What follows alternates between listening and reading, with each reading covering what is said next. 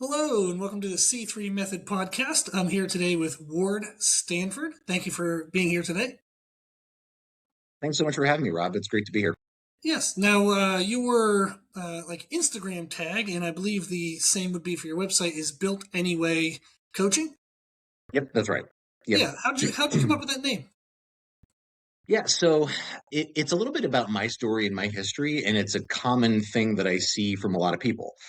The fitness industry, as far as I see it, is wonderful. It's a beautiful space. It's an inclusive space when you know where to go. But if you're an outsider to that space, it can be very intimidating.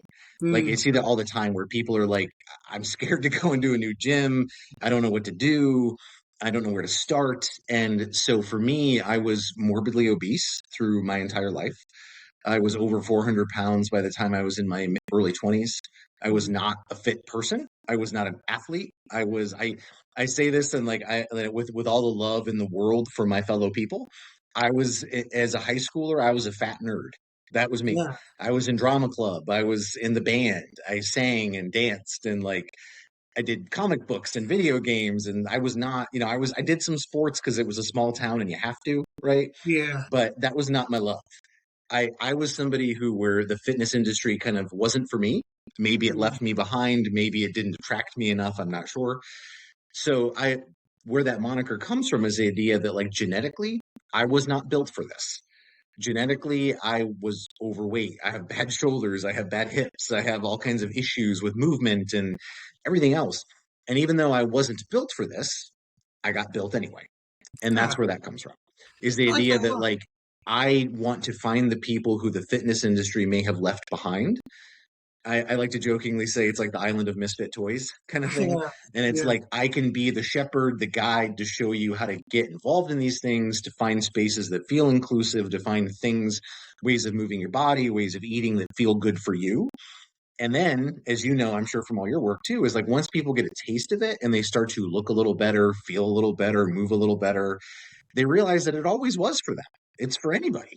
Mm. And they can find a thing that they can do that they love, that they really want to continue with. And that's where we come in to help facilitate and guide and coach. So that's where all that comes from. Yeah, I love that. That's actually, I kind of started in a similar fashion. I got into it because I was skinny fat and didn't like the Mhm. way I looked. I was 165 pounds and no visible muscle anywhere. I was getting Yeah. outlifted by the girls in the volleyball team. And Yep. I just remember there was a girl squatting once and I was watching her squat 225 and I was like, someday I'll be able to do Yeah. that. So it was, Yep. that's how I got my start. Was I wouldn't have been the person that people would have looked at him and said, oh, he must go to the gym all the time, or oh, he must work out. It was Right. definitely, like you said, a misfit trying to find his way through the muck and the mess. Yeah. Yeah. Yep. Yeah. How And did it's you? funny how Oh, I think like people like us end up wanting to help other people because of that. Because yes. we see some of the benefits and we see what it did for us, whether it's mentally, physically, both.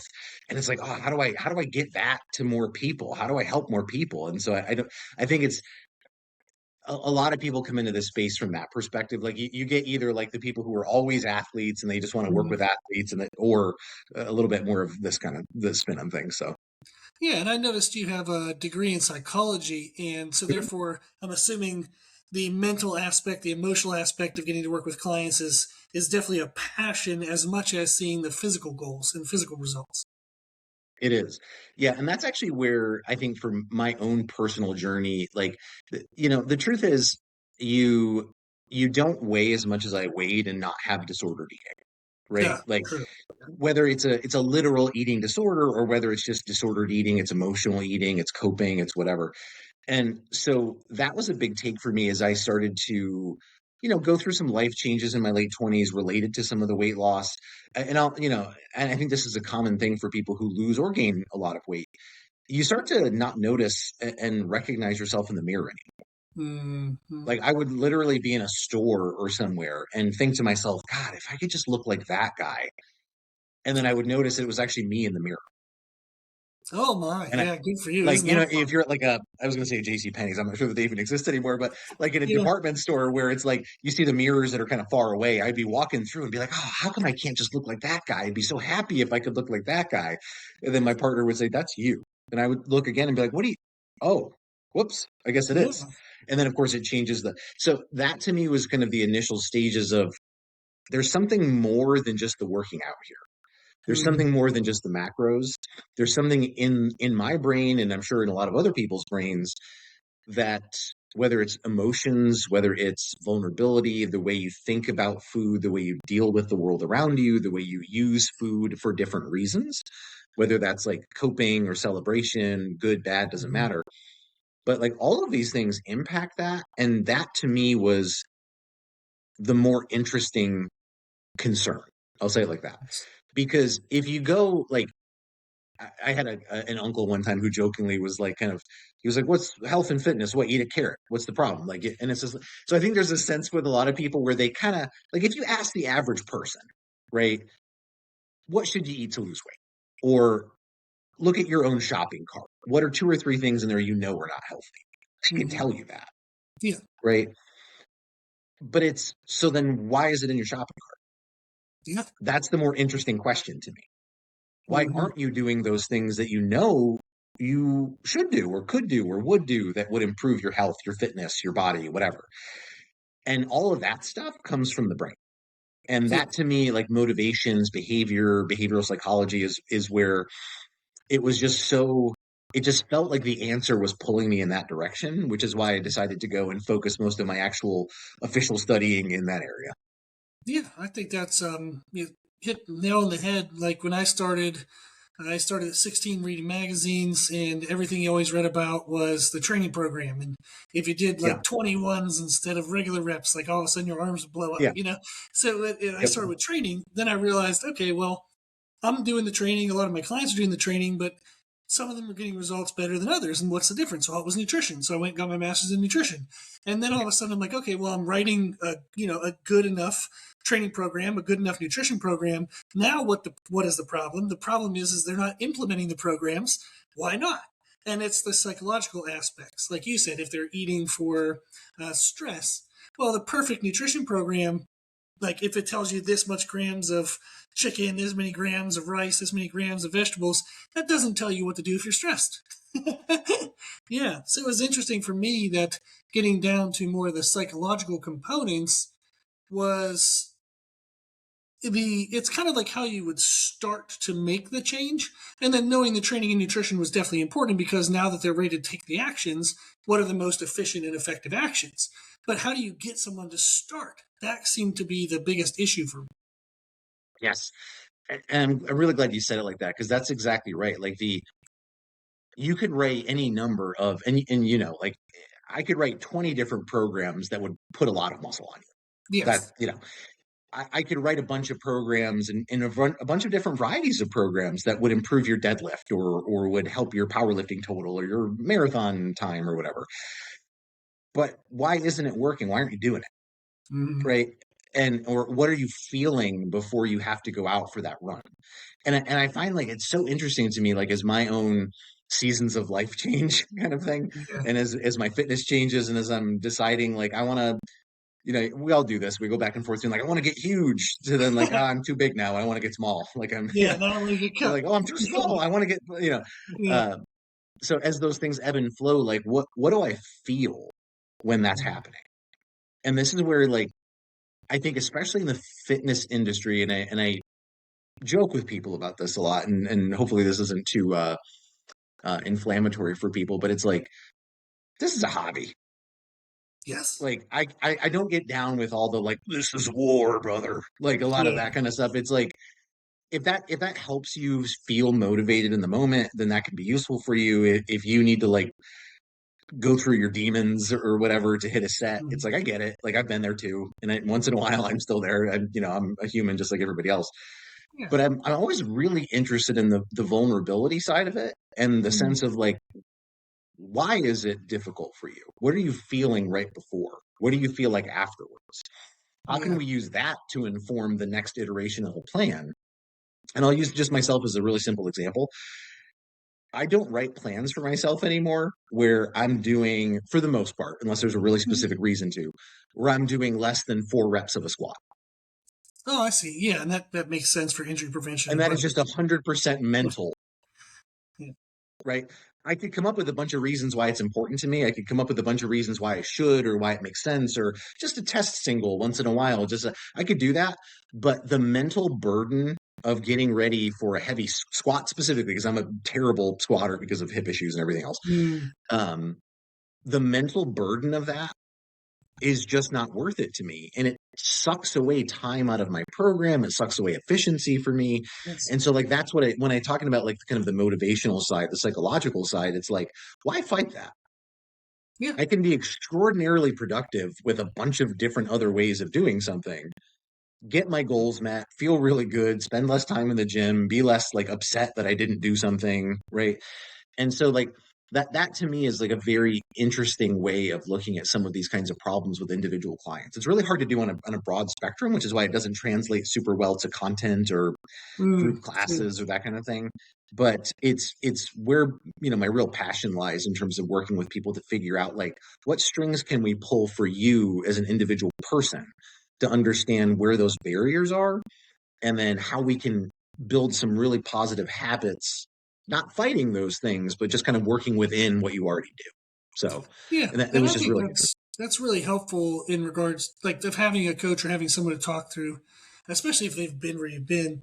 Is the best program is the one that the person will do, that yeah, they'll actually implement. And yep, unfortunately, a lot of times the clients that we work with before they would come to us, they might only have heard of one way to get where they right, want to get. And that way is just really high friction. It doesn't fit for them. So in your example, it might be somebody who thinks that they can only get strong by doing single repetitions. And then they can come to a coach and maybe expand their knowledge and learn, oh, there's other options, there's other ways, and I can find a way that I'm more consistent with and I find more motivating, I find more enjoyable. So that is very helpful to have that kind of external knowledge and getting an extra mind on your problem is to see that there are other ways so you don't have to fight that friction all the time. yeah, yeah, Yeah. absolutely, yeah, Mhm. and I think that it's a really useful thing for people just to understand. And I don't mean to say that nothing matters, right? Because there are lots of things like I think if we came up with a list together, we would probably agree on, I don't know, whatever, 80, 85% of the stuff that matters, right? But Yes. it's broad, it's themes, right? And within those themes, there's all kinds of ways that you can achieve a goal without Mhm. needing to be so specific about like, well, this is the exact exercise you have to do. Unless Yeah. you're competing in that exercise, pick something else. It's fine. Yeah, You know, exactly. I often like it's funny because I'll talk to people and they'll say like, oh, that I'll get messages all the time. It's like this particular machine is taken up at the gym. What do I do? And Right. I'll say, well, that machine you were supposed to go like this. Find some other machine that lets you go like this. Yes. Yeah. Same thing. And but Mhm. people are like, are you sure? It's like Yeah. surely there's magic to the specific thing, and it's like no, I wish there was. That'd be great because then we'd all Yeah. be huge and ripped and Yeah. whatever. Know But all the inside secrets of everything. Yes. yeah, yep, Yeah. And I find that to be true, like a lot with nutrition as well. There are a lot of diets that can cause initial weight change, and let's just say, for example, fat loss. yep, There's a lot of diets that will get weight loss slash fat loss for people. It's just which diet is going to be sustainable. Which diet do you actually enjoy? Which diet can you afford? Some of these diets are crazy yeah, expensive as well, and that is often surprising for clients to hear that intermittent fasting isn't the only way, or keto diets aren't the only way. To hear that it can be done in many ways, it's just finding the way that fits you. yeah, Hmm. absolutely. And Yeah. it is funny to me how many people they learn about these kinds of things. They hear, peripherally, like maybe in the news, or they see enough on social media that it's like, oh, this diet's getting really popular, or this fad thing, or whatever. And they really do tuck it somewhere in the back of their mind that that is what success looks like, and that Wow. actually becomes the barrier, right? You see, I right now somebody may be listening to this where they're like, I know I might need to lose weight, but I can't go keto, right? I don't Yes. want to. I can't give that up. So what do I? And it's like, okay, I have never. I mean, I've lost at this point now 200 plus pounds once, and then I've gone on other diets where I've lost 30 or 40 pounds at a time.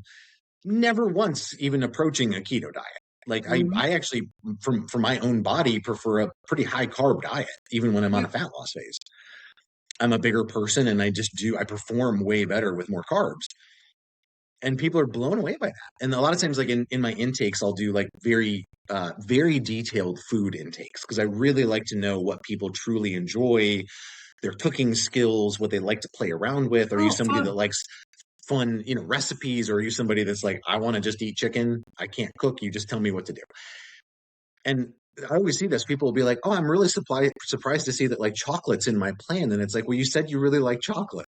So Yeah. I'm going to figure out a way to get some chocolate in there because it's going to make you happy and you're going to stick to this plan. And they're always Yes. like, but is that okay? And it's like, yeah, it's fine. It's fine. Mm-hmm. Now, again, it's like everything in moderation or like within the scope of the macros. And, there's realities to that we know, but it's really not Yeah. that hard to mix it in and be relatively flexible as you start to kind of teach some of these skills. And you know that like, Yeah. it's a funny thing to me that people are still so myopic in how they think about dieting that it needs to be. I see this like this quote all the time on social media, and I don't know who came up with it for the first time because it's probably one of those things that a lot of people think at the same time. Yeah. But it's funny to me that like just eating regular food, just real food, people think of as like that's a diet. Oh, yes. Yeah. Like that's a Yeah. struggle. I have to, and it's like eating a bunch of steak and rice and fruit and vegetables, like that's just should be how it is. Like why is that painful? Right. And a lot of times with a newer client, they'll be surprised at the volume of food they're eating for the first time because it tends to be actually more food on the plate than what they're used to because they're used to like the rice-a-roni, which has all sorts of extra added fat to it. So then your Yeah. scoop of rice becomes like this, right? Yeah. If you're actually trying to diet. Or, if you go out to McDonald's and you're trying to find something that fits your macros, your options are like you're having like 3 bites of food. Yeah. It's tough. I jokingly say all the time to people, like, try getting fat on sweet potatoes. Try it. Yes. Yeah. It's Yeah. impossible. I Like, say that about chicken and rice. I'm like, you can't get fat off chicken and rice. yeah, it's just too difficult to eat that much food. You Yes. just get sick of it after a while. Yeah. And so similarly, like a similar thing I'll say to people is like they'll message me and be like, I get really hungry at night and I don't have any calories left. I don't have any macros left. And I'll say like, oh, that makes sense. Like you're cutting right now, or you're in a little bit more of an aggressive phase. Go ahead and eat all the baby carrots you want to. And Yes. they'll say like, well, I don't want baby carrots. And it's like, I thought you said you were hungry. Mm. And it's like, and then that's the mental side of it where they go, oh, interesting. Maybe I'm not actually hungry. I'm like, yes. So let's talk about what you actually are. Because it's not hungry, because I just offered you food and you said no. Yes. Now I'm not such a like strict coach where I'm like, you're not allowed to eat at night. Not at all. It's like, yeah, we'll work in a snack or we'll figure out a way to do that for sure. But it's more just like, let's talk about what's actually going on with you because it's not hunger because you just turned down food, right? Yeah. So is it boredom? Are you missing connection?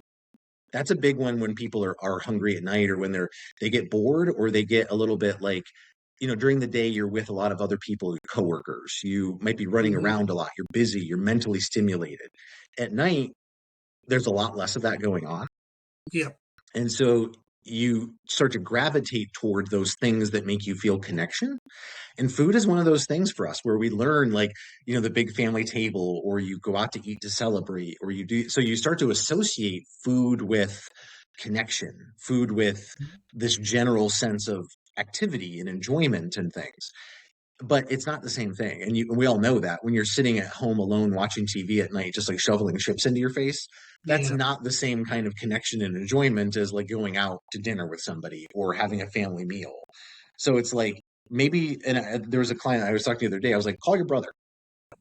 You were talking about how you haven't talked to this person in a long time. Why don't you? Yeah. And they did. And it was like, oh. And they ended up spending an hour on the phone, went to bed afterwards, and didn't eat anything because they were like, I actually wasn't hungry. It's like, yeah, Yeah. that Yeah. It makes was sense. more of like a habitual thing than an actual hunger Yep. thing. Yeah. Yeah. Hmm. So, Yeah. And that's a big thing. That's really good. That's what I lean into, believing that coaches, if best utilized, can help in that way, is understanding the food choices that we make and why we make them. So is the Yeah. person, like you said, eating because they're bored? Are they eating because they want a social connection?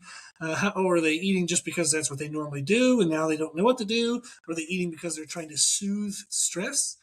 And getting people to feel more connected or better understanding their choices is a huge component that a lot of people miss out on in what social media promotes. You talked about people having a very myopic approach, and that's because often that's what sells.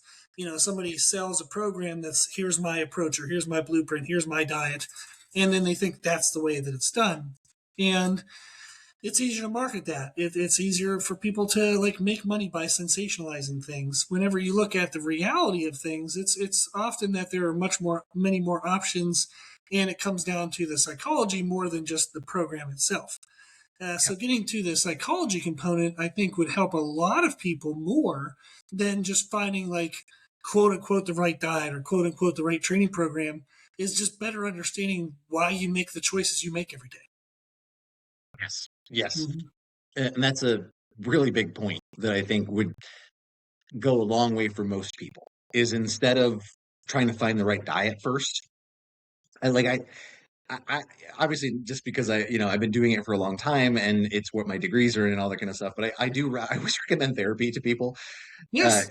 and I'm the first person to say the gym is not therapy. The gym is a coping mechanism. It's a really good coping mechanism. It's a super healthy one and it's great. Yeah. And you can get out all kinds of aggression and you can get out all kinds of, you can have that alone time sometimes, right? To sort of like process and think a little bit and you get that energy out and you're left with, some really positive, so I'll call them just brain chemicals, but like obviously, there's a variety of things that are positive that happen in your brain afterwards. But at the end of the day, it's not therapy. And so starting there with, let me just understand myself a little bit better. Yes. I think it was such a long way toward, and if you can do that, you can then figure out which plan might really work for you for a Mm-hmm. variety of reasons, right? Which diet type, which exercise type, which variety of different things might lead you to your goals. But then also, it changes your goals. Because when you really understand yourself, you might have a Correct. completely different goal set than you would have if you set out before that. Now, this is not to say that like before you get a personal trainer or whatever, you also have to get a therapist and all. It's Oh, just more, I think it's useful just to ask yourself some questions and to sit down and say, why do I make these decisions? What is yeah. it giving me? How does it make me feel? And those are just some really simple things you can do before you get started that will help inform all the other stuff that would actually help you. Yeah. And I think just raising people's awareness that also is part of the process. So not only do you need to find a diet that fits you, a training program that fits you, and then equally, you just need to find your framework and mindset and what approach might fit you. So one quick, easy example is I'll often ask clients, if you're feeling like we're just starting, often usually motivation is pretty high. Otherwise, they Yeah. wouldn't have reached out. So you can ask them as simple of a question as, are you the type that likes to start fast and then kind of taper off if you get a little tired? Or are you the person that gets overwhelmed if we try to do too much, and would you rather have a slower start? Yeah. Mm-hmm. Yep. I love that. Yeah. And it's a great thing because I think well, for a lot of people, I hear them, they want to get the quick win, right? Yeah. Because wow, it's kind of like strike while the iron's hot. Like I'm actually Yes. motivated right now. So the faster I can lose 5 pounds or the faster I can put some weight on my bench press or whatever, that win will feel so good. It'll snowball kind of into future things. Yeah. And I'll be more likely to stick with it if I see that. And I do think that there's something to that for sure. There's a Um, balance. Yeah. yes, yes. But I was exactly. But at the same time, we can't just chase that, Mm-hmm. right? It's like we have to be all along the way thinking about sustainability and thinking about actual lifestyle and habits and patterns and those kinds of things. Because I really don't like unless somebody comes to me with like I have a couple of people like this where they have just like a very specific time sensitive goal to either like Yes. make weight for a competition or Mm-hmm. like I have a couple of it's like I have a wedding, I'm getting married. Yeah. I refuse to not fit into this dress. And it's like, okay. And I'll go into that with them in advance and say, we're gonna do some things that are not good. And I don't want you to think that this is what it needs to be forever and that this Yeah. is what dieting looks like. This is a boot camp, right? We are getting ready for something very specific.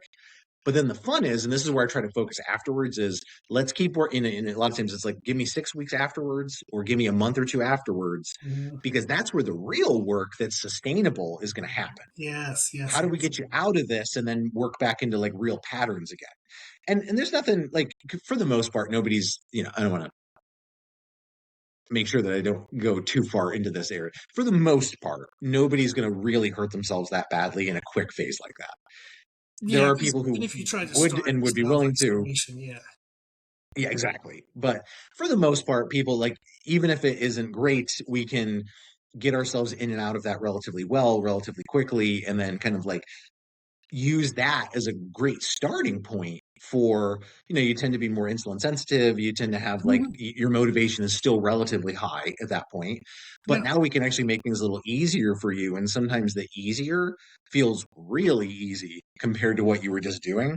Yes, that's a really good I point. Yeah. experienced that even myself lately. Like I did a kind of like a bodybuilding style diet to just get down to some photo shoot pictures to get a sense of like I'm very interested in competing in like a master's classic physique when I turn Awesome. 45. Love that goal. Yeah, and so I wanted to really diet down to see what's really there so that I can work on it for a year and then get myself, a little bit more prepared for that. And it was funny to me because my final, and this is just for me personally, this is not at all what people should do. But my final diet calories were around 2,700 calories. I tend to do like a high flux diet, so I do a lot of activity, so lots of steps, like 15,000 steps a day, cardio, That's a good lifting. deal. So Yeah. yeah, so I tend to, because I prefer to eat more calories for Yeah, I myself, was so I say if you're usually try to hitting keep the 2,700 calories, you had to have some decent movement, man. yes, yeah, Yeah. for sure. But it was funny because even afterwards, going from 2,700 to even like 3,500 as my first initial post phase, it was like, there's so much food here now. Yeah. Like, it's insane. I get to eat rice again. I get to put a little pineapple. Oh, this is fantastic. And it felt like so much food in compared to what I was just doing. Whereas now, a couple months later, 3,700 calories is like, okay, we're doing it, but I could use a little extra, once in a while. Yeah. It And feels like it I've goes a bumped it little up since quicker then, now. but Yeah. yeah, but it's funny how like that it really is just the comparison and kind of the changes with what you're used to. So I think for a lot of those people, like, yeah, it's not ideal to do those crash things or to do fads or to go too fast, but I do like to strike while the iron's hot, so to speak, and like keep motivation there and then work Mhm. within that motivation as often as possible. So Yeah. Yeah. And that's usually what I tell clients is the more, like, the faster you want to lose it, the faster you'll lose it. Meaning, like, once you yeah, get it, then if you're gonna like lose it after that, So if they yep, lose 30 pounds really quickly, they can then quickly gain back 30. So one of the things I always ask them is what are you gonna do afterwards? So yeah, if what you're telling me that you want to do to get to that goal isn't sustainable, and they can kind of even recognize that. They're like, I've never done this before, but they said to do this, this, this. And I'm like, okay, sure. But what are you going to do after that? And that's usually where we get into like a little bit of a fun conversation is what does our lifestyle look like versus what does the diet look like or what is the kind of like that short temporary phase that most people have in their mindset. I want to do X in 12 weeks or this in 20 weeks or this in 30 days. And it's like, okay, that's I understand that. But then what are you going to do after that? And creating a yeah, lifestyle is a very significant and very important component because that's how you're going to keep the results that you obtain. yeah. Yeah, Yeah. I completely agree. And it's something that I actually struggle with in my own practice. And even with like the packages and all the stuff that, we try to put out there, I really struggle with that. I can tell you, I hate writing individual programs for people that are walkaway programs. I Mm, really don't like it. yes. But so many people ask me, can you just write me a program that I can just take and just do it? And it's just like, Yeah. yes, I but don't want to. I really don't want to because like I don't know, like I will have so many questions afterwards. How like And like, there's so many adjustments that might need to be made even within the first 2 or 3 weeks. And so it just leaves me feeling like I can do that, but like, boy, I don't think that that's the best way to hit your goals. Yeah. And like, frankly, again, it's like you could go to Chat GPT or just go to any random person or any random website and just buy a one-off program. And it's, I can't promise that what I'm going to do is going to be substantively better than that, because there is no magic. But to whatever degree, like, there's quality in a lot of what we do, it's in the iteration. It's in the Yeah, communication back and forth. It's in the absolutely. experimentation. It's in the, okay, here's what your body's actually doing with that stimulus now. Yeah. That's interesting because that's not what I expected. Let's change this. Let's do these things instead. Yeah. And that's not only like the process that helps build the relationships that are there, but because I think that in the relationship, you're much more likely to get the honest truth. You're much more likely to get the vulnerable answer, which becomes invaluable then later to understanding what's really going on with that person. Hmm. But also, it just, like, I think it creates a not just that connection with that person, but the connection to your own practice and what you're doing. Right. Hmm. So it makes me feel like I'm really learning something and becoming a better coach as I see what's going on with some of these people and say, that's really interesting. I have to research this because this is not something I've ever experienced before. Hmm. Or, it's like, yep, this is the fifth client in a row where this exact strategy has worked really well. Let me dig into this and see if there's a way that I can kind of learn some themes from this. Right. So it does make me better too, which I really like, because I'm always, I think for a lot of us in this space, we get used to trying to get better physically in a bunch of different ways. And I know many of us, and you included, we also love learning. We love to Oh, improve yes. ourselves in every possible way. And that's, to me, half of my day right now is still spent with, like, looking at other people's stuff, whether it's like research papers or content or podcasts or whatever, just because I'm still trying to learn everything I can too. Yeah, absolutely. Yeah. And I often like will have a client, they might like thank me for something, and I thank them right back because I'm like, well, I don't get anything from this if you don't do it. So thank you for doing Right. it. So that way I can learn. And I think that's kind of a missed thing. Like often clients don't realize that is I don't want just an exchange of money for my time of writing the program. I want to write the program, see them implement it, learn from it, and then write a better program next time. I want to Yeah. continue to learn, and I can only do that if they actually implement the stuff. So I think of it as very much like a partnership in we're going through this together, and my efforts impact your results, but your efforts impact my results. So we both need each other to continue to get better through this process. Yeah. I love that. Absolutely. And I think that goes really well too with, like, because it's the it's an unfortunate reality that I have to take money to do this, right? Yeah. But Yeah. it's Yeah. just, the truth is, like, Yes. Yeah. we have bills and stuff too, so it's like Yeah. we need to do this. But it's like, I truly just this has been, and this is where my career transition occurred, because I spent most of my career as an HR executive. So Mm. I was in charge of training other people and coaching people at work and hiring and firing people at work and that kind of stuff, and did this on the side for a long time just as a personal passion because it was just something that I loved.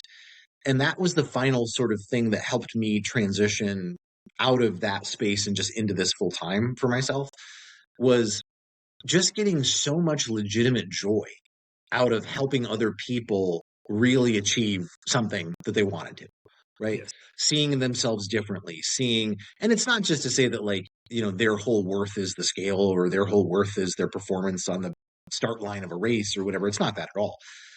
But it's more just the aha moments. It's the being able to see themselves differently, their Mhm. own confidence change, um, how some of these changes really impact other parts of their lives too. Like, spending more time with their families because they're doing Yes. less things that are distracting, and that's the kind of stuff that, like, it just felt so good to me that it Mhm. was like, I need to make this my life. I need to figure out how to do this, because uh, the corporate world for me in the last 5 years had gotten pretty poisonous for Mhm. my own mental health, Yeah. as I found myself more often than not just firing people, Oh. like reorganizing companies. Like, that was what I started to get to be brought in for, right? It was Yeah. like, Yeah. For the first few months, it'll be fun. You'll be designing training programs and coaching programs, and you'll be hiring all these people. And then, especially with startups in certain industries, it became, hey, that was great, but now we're done with that. Could you get rid of half the people you just fired? Could you do these? Oh, And it's it's so just like, demoralizing. Yes. ah, Yeah.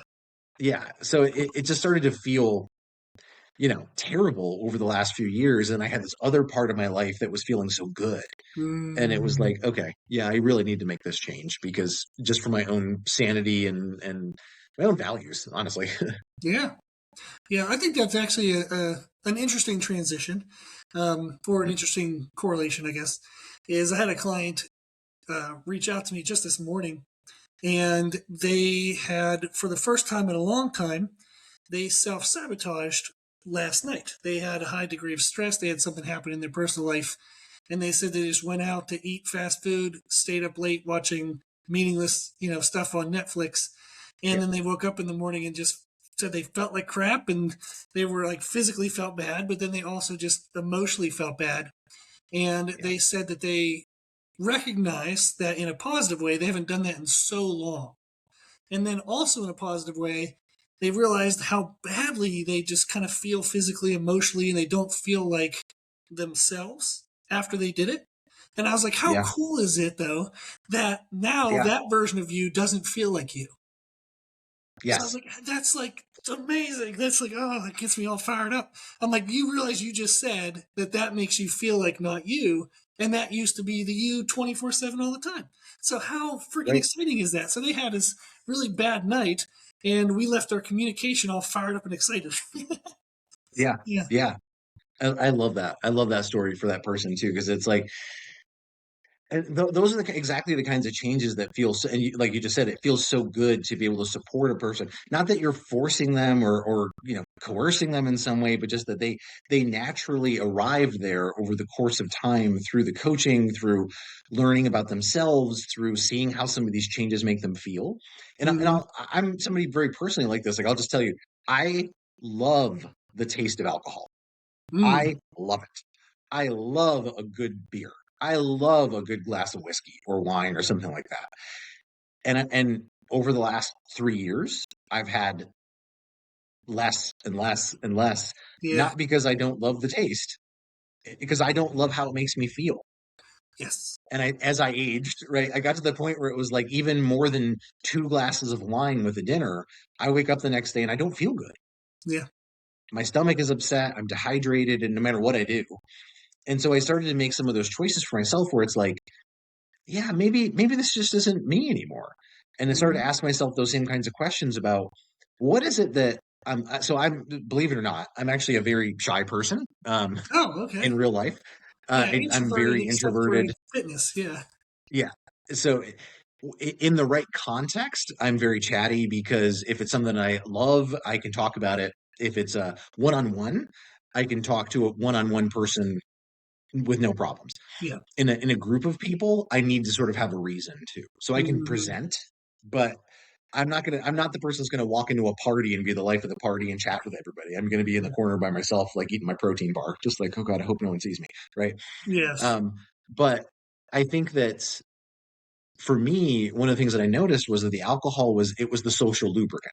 Mm-hmm. It was the way to try to become a little chattier, a little looser, a little bit more fun to be around, perhaps, or something like that. And then once you start, again, going back to like what we said before about like understanding why you do some of the things you do, why do you eat the way you do, why do Absolutely. you drink the way you do, why do you work out the way you do? And so I asked myself some of those questions, and it's like, yeah, what would it be like if I was just super vulnerable with people Mm. instead? Because Yeah. then I'm not going to feel like crap tomorrow from the drinking. I'm not going to have the extra calories that it maybe didn't really serve me. Or alternatively, there's different types of diets where it's like, I don't want to waste the calories on a beer. I'd rather have like a potato. Exactly. Like Yeah. another stuff that's going to make me feel good. So I just asked myself, like, what would it be like to be super vulnerable? So what I started to do instead is if I was in a situation where I might have usually had a couple of beers to loosen up, I'll just say to the people, I'm nervous right now. Yeah. I'm I'm a little anxious, like, because I don't really know you that well. So like, let's just kind of kick it.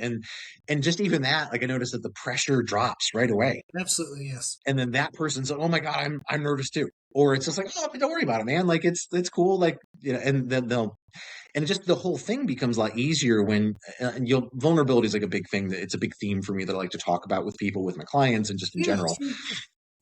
sure. The more you can do that, and this shows up a lot with people when it comes to nutrition, Oh, yeah. because Yes. so many of the times that they make a choice that they regret, it's because of people pleasing. Hmm.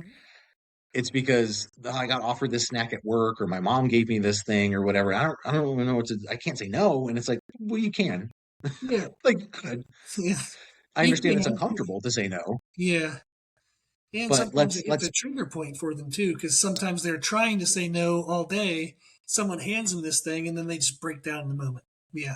exactly, yeah. And it's like that whole willpower thing. It's just run out at a certain point. Yes. Yes. And there's a lot to that, but it's like, yeah, I think for me, it just starts with that self honesty, Yeah.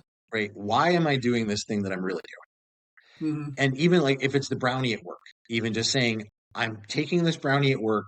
Just you can just think this to yourself. You don't need to like actually say this to the person. I'm taking this brownie at work because I feel too guilty to say no, because my coworker will think I'm a jerk if I say no for her homemade brownies that she brought in, Yeah. right? And I'll talk to people about this all the time, like some strategies they could use. There's one person who will literally they'll take it and they'll say thank you so much, and they'll like take a little bite, like, oh my God, it's so good, thank you. Then as soon as the person leaves, they throw in the garbage. Absolutely. Yeah. And then they try to put something else on top of it just in case. Exactly, to hide it, because then it's like, hey, if that's the strategy that works for you, I'm not going to tell you to stop doing that. Yeah. There's other things you could do maybe to improve the relationship, Hmm. but I think like it's just going back to like just understanding your whys behind things and your Yes. reasonings, because then you can do a lot with that and then choose to communicate it or choose to take a different path if you want to. But you have to understand it first before you can make those choices. Yeah. Yeah. And that's really important. And then, like, I like that you talked about the vulnerableness and just being open with people. I Yeah. remember for me, I started making a lot of food choices that were different than my family's norm at 16, Mhm. 17, 18, and even into college. And I jokingly say, like, you're probably familiar with like the five love languages. I jokingly say that one of my dad's love languages is giving food to people. So Yep. my parents, when they would see me, they would always want to give me food. That was their way of providing for me and, trying to just show love. But a lot of times through college, I was on some weird version of a diet because I was trying to make Yeah. myself better and learn something. And I would have to Yeah. communicate with them before coming home. Hey, I'm doing this type of diet. Please don't buy, this or this, thinking I'm going to eat it. And it took a couple hard conversations where I had to say, "Hey, I'm very sorry that you spent this much money on this food. I'm not going to eat it because it really will mess up like something I'm trying to do for myself. I love you and I appreciate you and I appreciate this gift, but I don't want to lose my goals." And being open with them, it took a couple times, but they eventually did come around and they found other ways to express their love, and they realized that supporting me was a way of loving me. So being open with the people that you have those frequent moments with, whether it's a coworker, family member, spouse, friend, it really it's going to in the long run be such a benefit to the communication and the relationship that you have with them, but also with yourself. Yeah. I love that story too, because number one, it's just great that you were able to do that with your father and to Yeah. have that conversation. That's a really beautiful thing, and great that you have that relationship where you felt comfortable enough to have that kind of conversation, because not everybody does. So it's just Yeah. wonderful to hear that you did. But I think that that's exactly right. Is that when you think about what the other person is doing, right? They're not trying to hurt you or sabotage you for the most part, Yeah. Not or anything typically. like that. No. They're yeah, they're trying to do something too. They're trying to express something to you, either care or a favor or just something.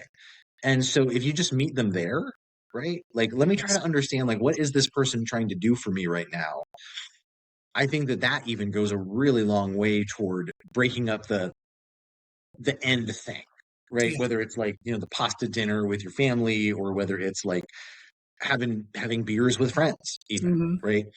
There's so many, like I've switched to coffee with friends instead. Like Oh, that's it's awesome. kind of like That's fun. everyone knows like Ward doesn't really do beers anymore, and like that's fine. So we just do coffees during the day instead. Or like, hey, let's go get some stuff. Do you want to go for a walk? Because here's the thing: at the end of the day, getting beers is just about I just want to talk to you, and it's Yes. an excuse to sit and talk to you. Let's just take a different excuse. Let's go Hmm. for a walk. Let's get a coffee. Let's get a lift in together. Let's do something else. And Yeah. it's still a shared experience, and it's still an excuse to get together and do something fun and talk and communicate and build connection. And it doesn't have to incorporate like, a bunch of other stuff that makes us feel bad. Exactly. And that's something like I'm sure you talk with your clients and use whatever verbiage connects with you. And the verbiage I'll usually tell them is you don't have to not like deny yourself, but we do Yeah. want to like maybe replace. And it's kind of figuring out like if it's a certain food, we don't have to eliminate the food. Maybe we just reduce and we replace. So maybe we have it a little less often and we figure out why are we having it, and then what else can I do that gives me that same kind of emotional mental outcome if it is related to emotional mental stuff.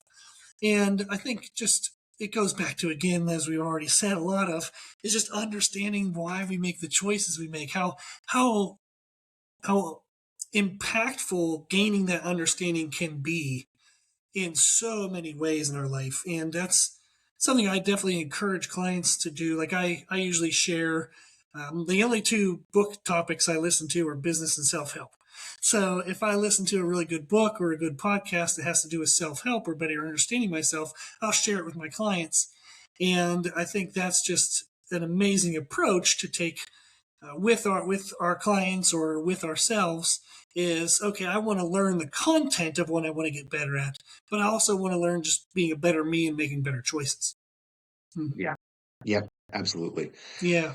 And I think if more people started with that, really, because you said it, and it's like it sounds simple and small, but to me it's huge, and it's the Yeah. biggest thing, which is if you really understand yourself, you can start to make choices about who's the yourself that you really want to be.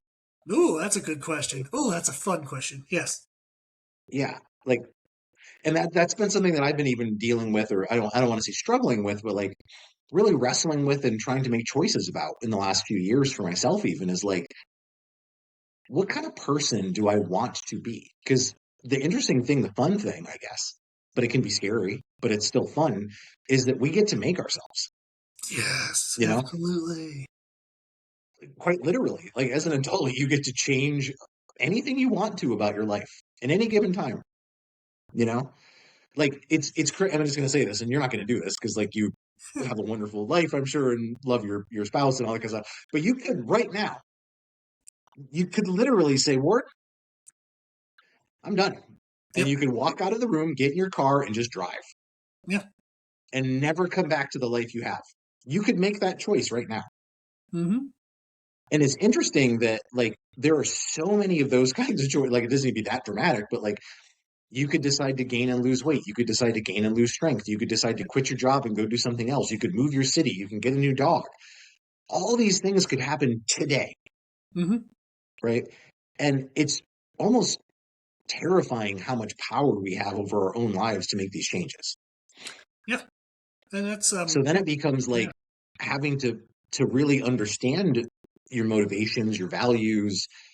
And I jokingly say all the time about like the idea of like don't should all over yourself, Yes, because that's a those good phrase. shoulds, Very good phrase. yeah, those shoulds usually come from some other place.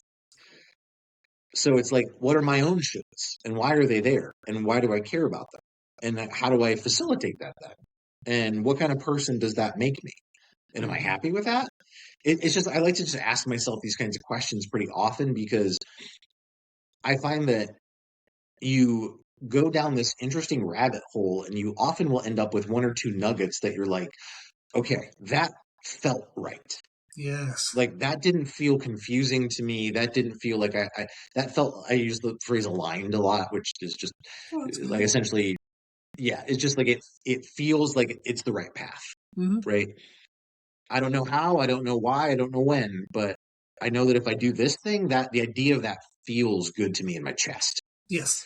And I usually go with that like somatic sense of things a lot with people. It's just like, I'll ask like, do you feel that somewhere? And this is like a very therapy thing, but it's just, Mm, it works. Is like, if you feel something in your throat or in the pit of your stomach or in your chest, that might be telling you something, mm-hmm. right? Because your body is sensing things before your brain is making sense of it.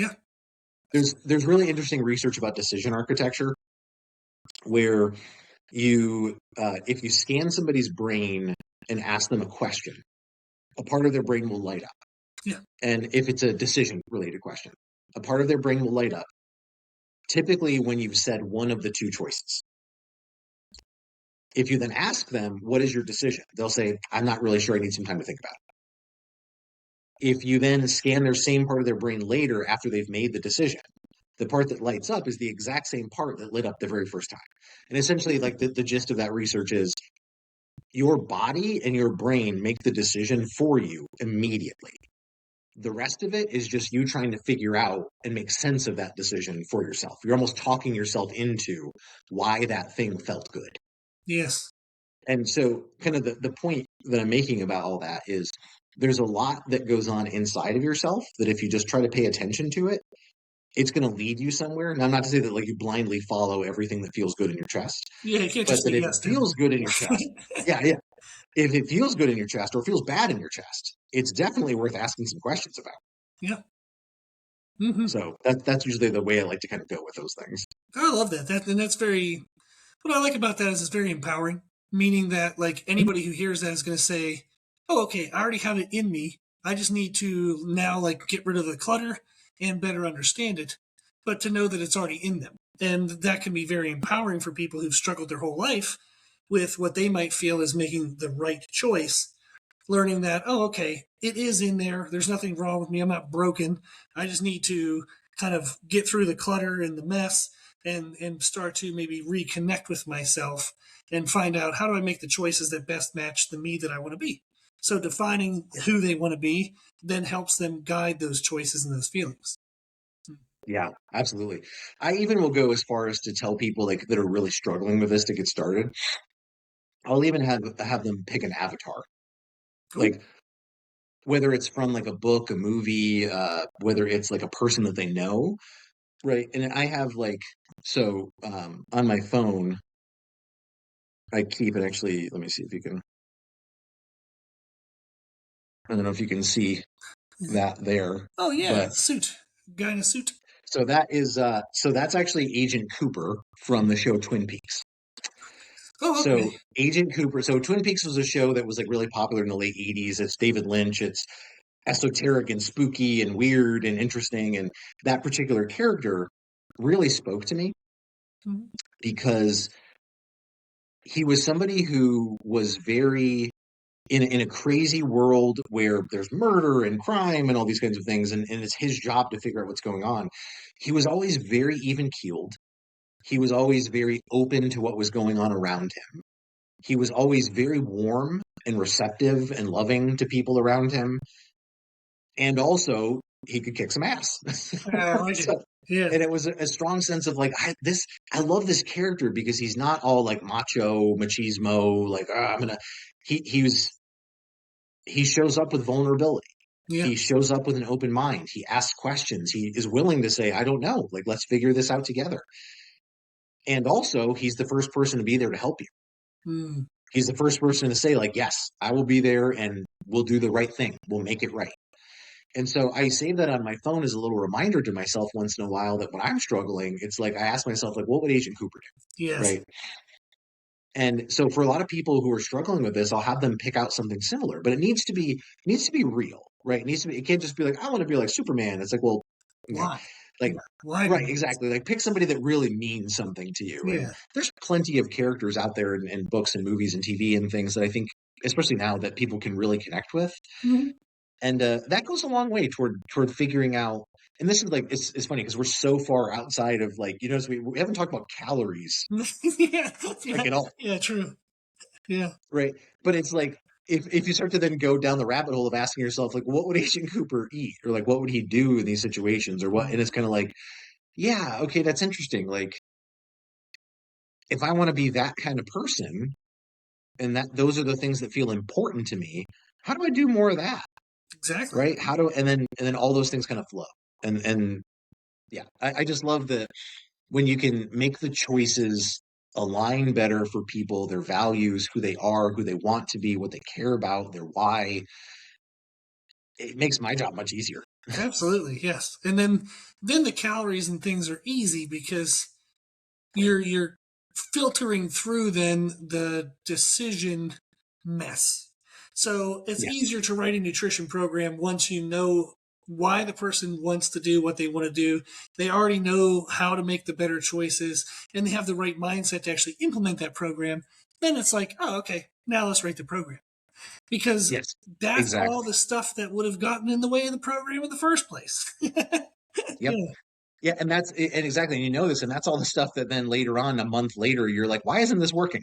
Yes. Like, these Yeah. are the right calories. Why isn't it happening? Why aren't we losing body fat yet? And it's like, oh, right, because of all the stuff in your brain that's getting in the way, Yeah, because I've the only stuff in your life followed it that's getting half in the the way. time. Yes. Yeah. Right. Yeah. Yep. I think that's And really there's times fun. like I'll write a program. Like there's a couple of people I can think of right now where it's like they have once a week like a blowout night. Mm. And we work on what does it look like and how do you make good decisions and what are the strategies and all that kind of stuff. But it's like at the end of the day, they're like, this is still a part of my life where on Saturday night I want to go out and I want to dance and I want to drink tequila and I Yeah. want to have a burger and we talk about other reasons why and we talk and then it's like at the end of the day, if it's like, hey, if that's the right thing for you, you're an adult, let's make this work. How do we still do that and not completely blow up all your other goals that you really do care about and you're putting so much hard work into? Like, let's not waste all that with a blow up, but let's figure out how to do this in a way that fits you. And so there's a strategy. There's one person I'm thinking of in particular where it's like we do like an every other.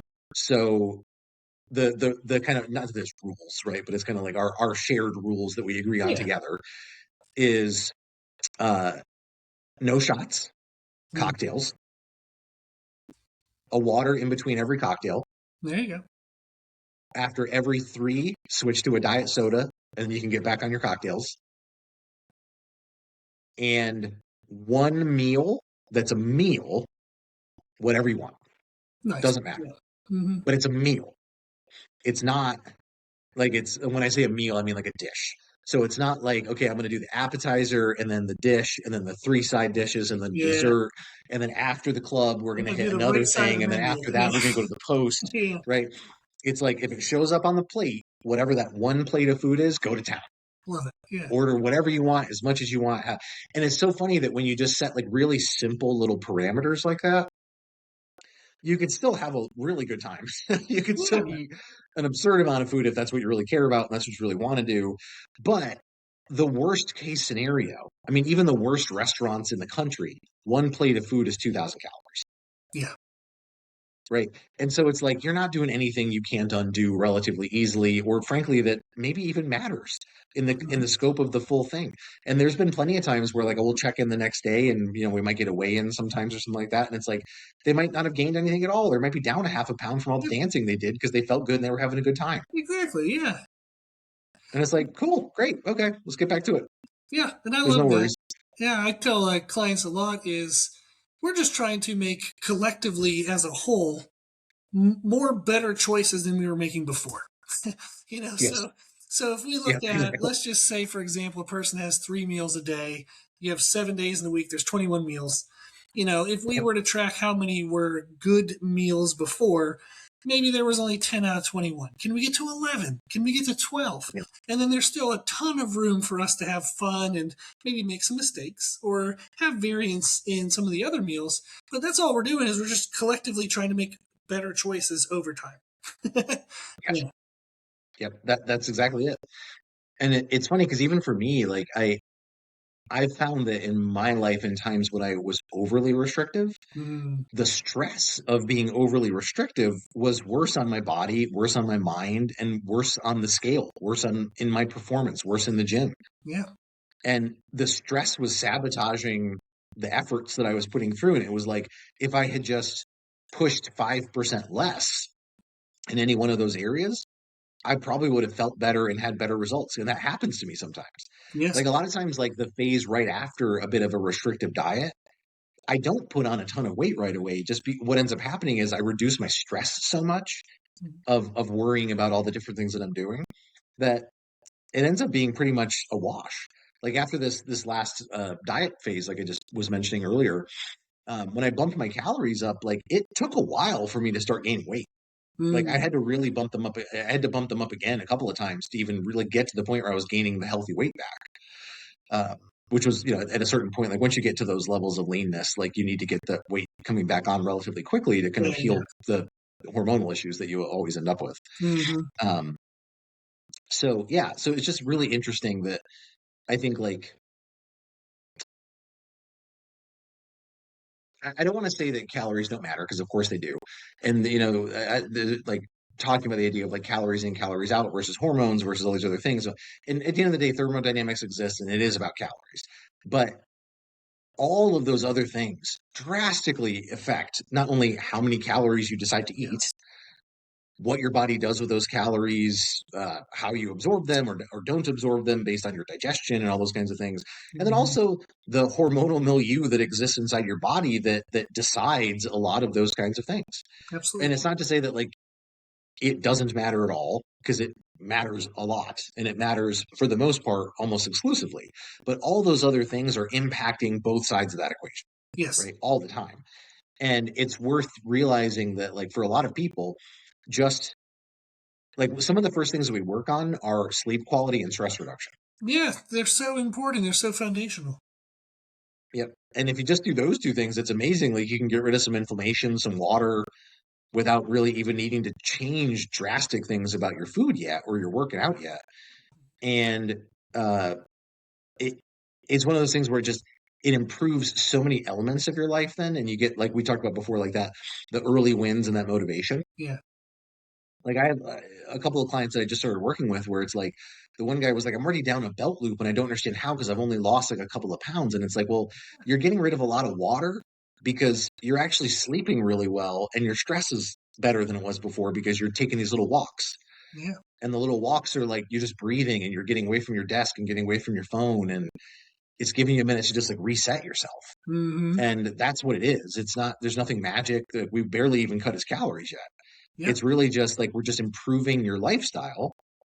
And as we do that, wouldn't you know, good things happen. Absolutely. Yeah. Yeah. I was talking with a client recently, and one of the additions we made to her overall programming was to add box breathing for 3 minutes, 3 times a day.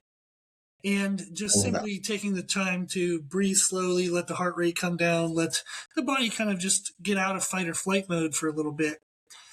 Just that alone was something that was meaningful enough that we would consider that a change on its own. And I think Yeah. people would be surprised to hear that because they typically think it's going to be, eat less calories or eat less carbs or do, work out more or add this many steps. And it could be something as simple as, hey, let's just take 3 minutes and just breathe slowly and let the body calm down. And let's see Yeah. how that helps with the body's stress and the way that it's responding to our food and our activity throughout the day. Yeah. It's funny you say that. I just started to for myself even. I noticed that because of some schedule changes lately, um, a lot of my meals were starting to like kind of compact too close together. Mm, And I was experiencing some digestive issues, and yeah. so I started just 2 days ago doing this, and I already have seen a huge improvement. At the end of my workout, which has been creeping later into the day lately, but at the end of my workout, I've been just laying, and it's a common thing that you see like in lower back and hip related issues where you'll do like your feet are on the wall, and Oh, you're yeah. sort of Like kind a of bed doing bug. that Kind of breathing to sit. keep your Yeah. lower back. Yeah, exactly. I've just started doing that. Partly, yeah, it's good for my lower back and those kinds of things, but honestly, part of it's just that somatic breathing. Mm, It's just laying down at the end of a workout for 2 or 3 minutes, just taking some nice deep breaths and just getting my body into that parasympathetic, rest and digest as quickly as possible after the mm, workout. And right away, I've noticed like I'm breathing better. It feels better walking to my car afterwards. I'm more prepared to eat my post workout meal. It's digesting better because I'm not still amped up from everything that I just did. And it's just like, yes. oh, yeah, I forgot about that. Digestion's actually important. Huh. I guess I should really calm down and let my body heal, rest, recover, recuperate, adapt, all that stuff. Yeah. So, Yeah, and I think that's fun for our clients to see is, we're constantly learning, constantly experimenting and like Yeah. recycling through stuff because it's something like, oh, I knew that. Why did I stop doing that before? And then we bring it back in. And that's a very fun thing about being a coach is if you continue to experiment, you can continue to learn, there continues to be excitement. And Yeah. that can become part of why this job is so addicting is there's just these newness of experiences, this newness of possibilities and a newness of hope that we feel Yeah. then we also get to share with other people. Yep. Yeah, Hmm. absolutely. Yeah. And I think that really that's one of the things that I'm curious like how you feel about this because that's something that I Okay. struggle with sometimes because I'm the first person to admit my mistakes and I'm the first person to try to be vulnerable and talk about like I'm not perfect. I'm Hmm. talking about these things not because I'm like, telling you this is what you should really be doing, but it's more often than not, it's like, yeah, I screwed this up too. Yeah. Or like I'm even saying this message because I'm talking to myself. Yes. I made a little post yesterday about like, you're not a power lifter anymore. And a couple people commented or sent me messages like, oh, are you talking to me? And I'm like, no, I'm talking to me. Ah, that's fun. Yes. Like this is a message directly into the mirror. And Yeah. if you took something from it, that says something about you too. Hmm. Maybe it was the right message for you at that time. Yeah. But that was me talking to me. Yeah. And that's I'll like we're at I think I'm at like over 2,000 total podcasts. And people will sometimes say like, "Oh, was that about me?" And I'm like, "If you think it was about you, it was." Meaning Yeah. like if it resonated with you, use that. Like why did it Yes. speak to you? Can you apply it? Can you learn from it? Yeah. So it's very Yep. exciting. Yeah, it is. And it's just like it's a lot of fun to get to run these sort of experiments. And Mhm. most of the time it is on myself or it's on people who are, clients who I've been working with for a long time or who are closer to me. But I love that process of being able to learn that thing and have that moment where it really clicks and where you then realize like, okay, great, this is a tool now that I have. And it's Yes. a tool that I can put in the toolbox to incorporate and it's going to help all of these people. And that's really wonderful. Yeah, it is very fun, and like you said, it's neat to have some close friends or some long-term clients. You can even just tell them like, "Hey, I don't even know if this is really going to work. I just want to see what you think of it and how you feel. So just let me know as we go Yep. through this." And they love it, like because often they love the learning as just much as we do. So it's very fun. Yeah. Hmm. I had that happen with a program that I wrote lately that I started to do myself and I really loved it. And I thought to myself, like, is this really good? Or am I just saying it's good because I wrote it and it's different and weird and so I gave it to a couple other people to try and they were like, no, this feels different. This feels really, I was like, okay, good. It's not just me. So, and then then it becomes like, okay, who actually should use this? Who is it really for? Is it just for people like me, which is like a weird group of people? Like, are you really an advanced lifter needs a lot of lat work, and you really care about your lats for some reason and like that. So, but Yeah, it's fun to give, and that's a lot of the stuff that I give away is related to that. It's like I tried to write a thing and it just clicked so well, and it's not super specific, so it's like I'm just going to give that out and just see if anybody else wants it. yeah, I'll put it up on my site or I'll send it on Instagram or whatever and just say like, here it is, and it does seem to work and it's great and it's a good intro to something. yeah. I think that's fun because I did see on your website you have your blog page, and there's a lot of good information, good articles on there. And I think it's great whenever a trainer can share knowledge. Like my focus on social media is education. It does not get Yeah, you the most followers, but yeah, it's what I like to make. Like I actually get fired up and excited to make that type of content, and I think it's fun to be able to share things that we know maybe they do apply in a broad sense to a lot of people or at least can get some interest started, or it's just kind of something fun that we've been experimenting with. I think it's cool that you share that stuff on your social media. You even share like psychological things, like things you're thinking through on the social media, including the website. I think it's really fun to be able to educate and share, and then also that allows you to connect with people as well. yeah. And that's what like it was a really hard thing for me, honestly, in starting the real business side of my business Hmm. beyond like just picking up clients from word of mouth and all that kind of stuff, but like really going out there for the first time and putting an Instagram together, for example, or like really pushing website content.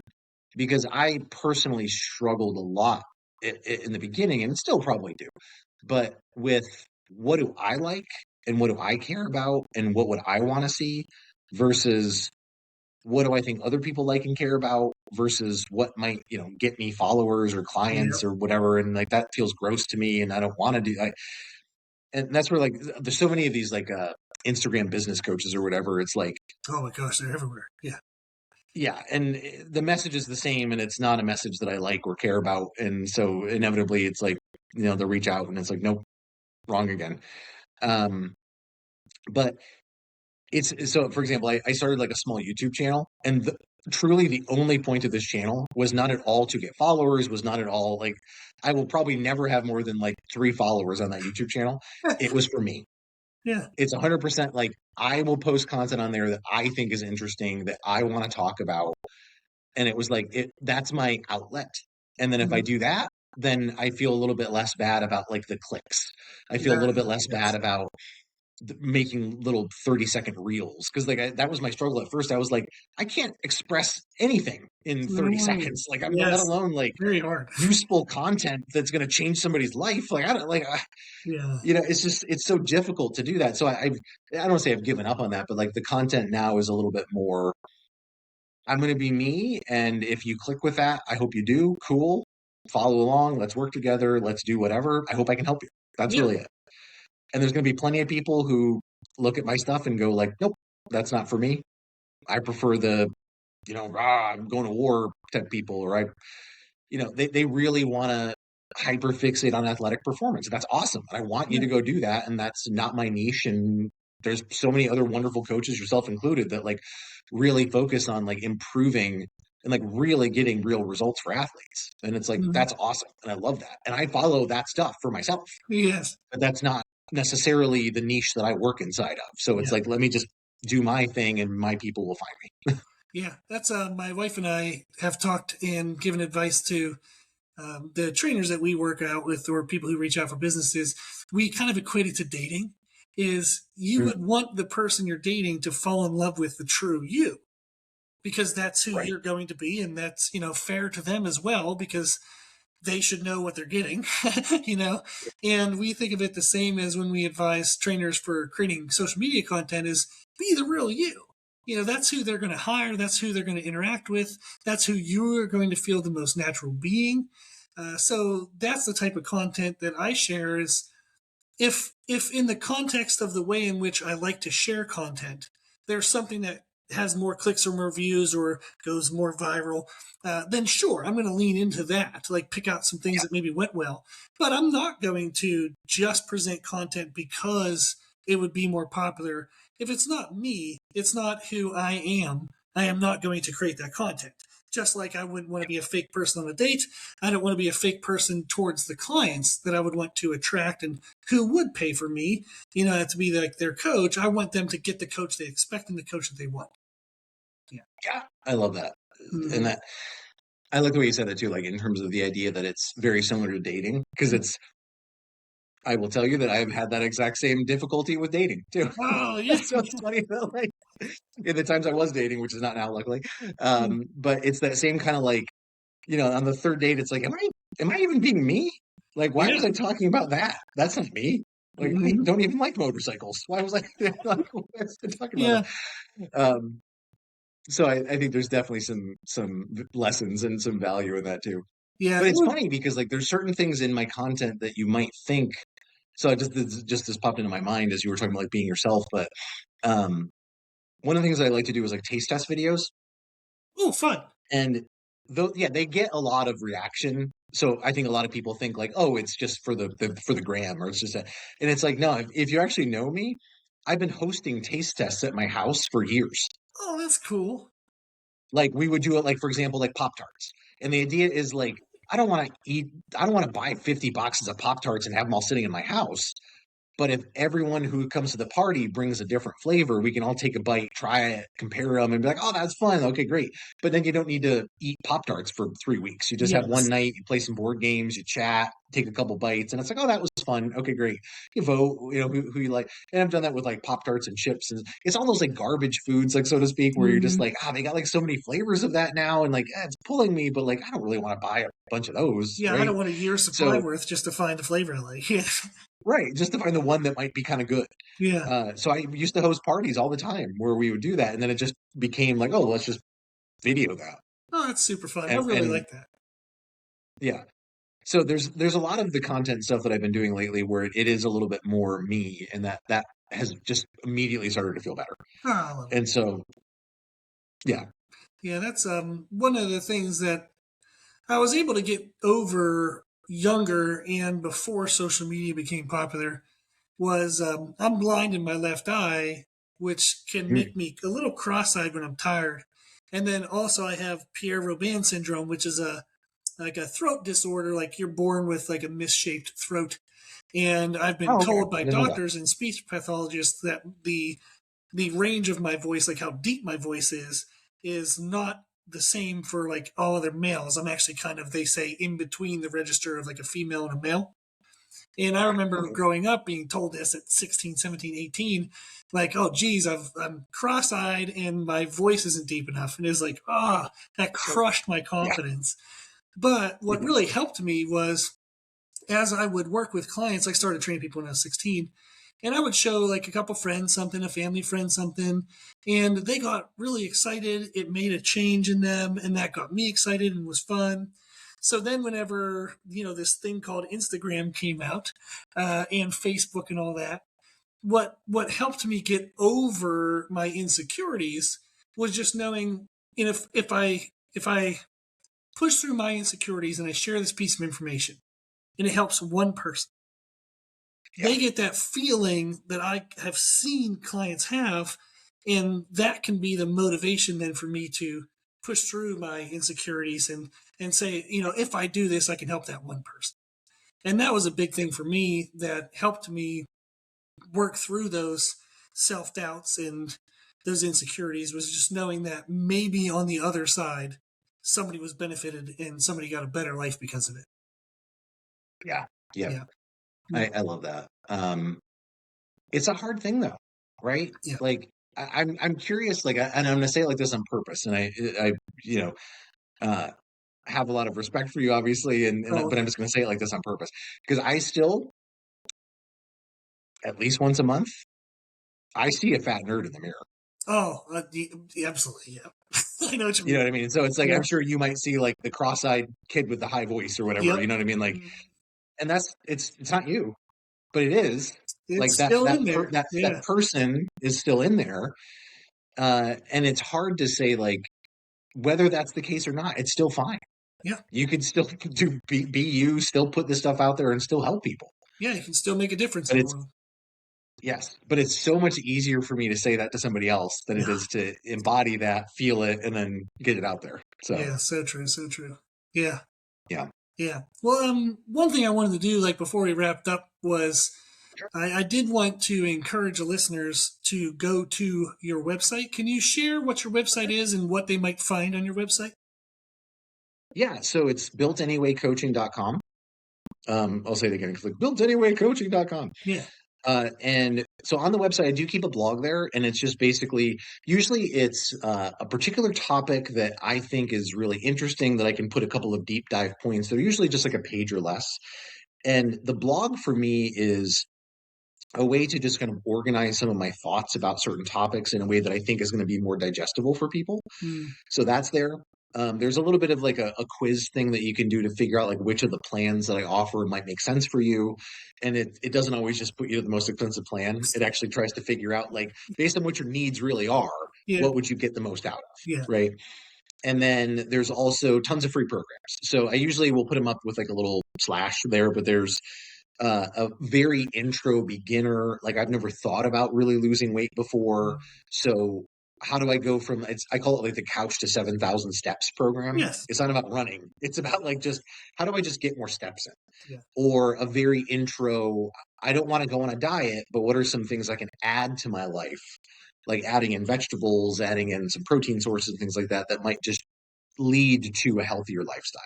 So those kinds of things are there. I have a Couch to 5K program for larger bodied athletes. I tend to focus more on like, if you're coming to work with me, you're probably somebody who has struggled with weight one way or another in your life. And I want to meet you where you are and not put out a plan that's like, here's how to run like a 2-hour, 30-minute marathon, you know, exactly. Yes. because it's like, you're probably not close to that if you're working with me, and that's fine. Maybe someday and we'll get there. That's cool. But so those kinds of things are there. So that I try to put out like a lot of free content for people still too, because I do genuinely just want to be helpful. Yes. So you'd find all those things plus like the actual packages and things that I offer. I have a tendency, I'm not going to go through every package or anything like that, but I have a tendency to prefer membership style packages, and I try to make them as affordable as possible because I want to actually build that relationship, and I want to help you iterate, and I want to be with you during that process and not just like hand you a piece of paper and like, good luck. I hope you can do it. Yeah. And I find that I get way better results that way with people. So all of that's there on the site. You can take a look, and all the options are there. And it's also ways to reach out to me. So if you have questions, I answer questions for free for people on Instagram like all day. Awesome. If somebody messages me something, it's like, yes, I would love to work with you and all that kind of stuff. But at the same time, it's like, if it's going to take 2 minutes out of my day to help a person out, I love doing that. Exactly. So hit me up on Instagram too if you have any questions that you're interested in, because I love talking to people. Awesome. Well, I think that's great. I'm excited for people to listen to the podcast, because I think this is the mindset component isn't talked about, in my opinion, in a way that shows that it's equally as important as the training and nutrition. So I like that that's what we spent the most time talking about. Just happened that way, because of how important it is, and I think it'll be helpful to people to listen to that and then start to encourage them to explore in that area. Yeah, absolutely. Yeah. Yeah, this was great. I really appreciate you having me on. Well, thank you very much. I appreciate you being here, and we'll definitely have to do it again soon. Sure. Great. Thanks, Rob. Thank you.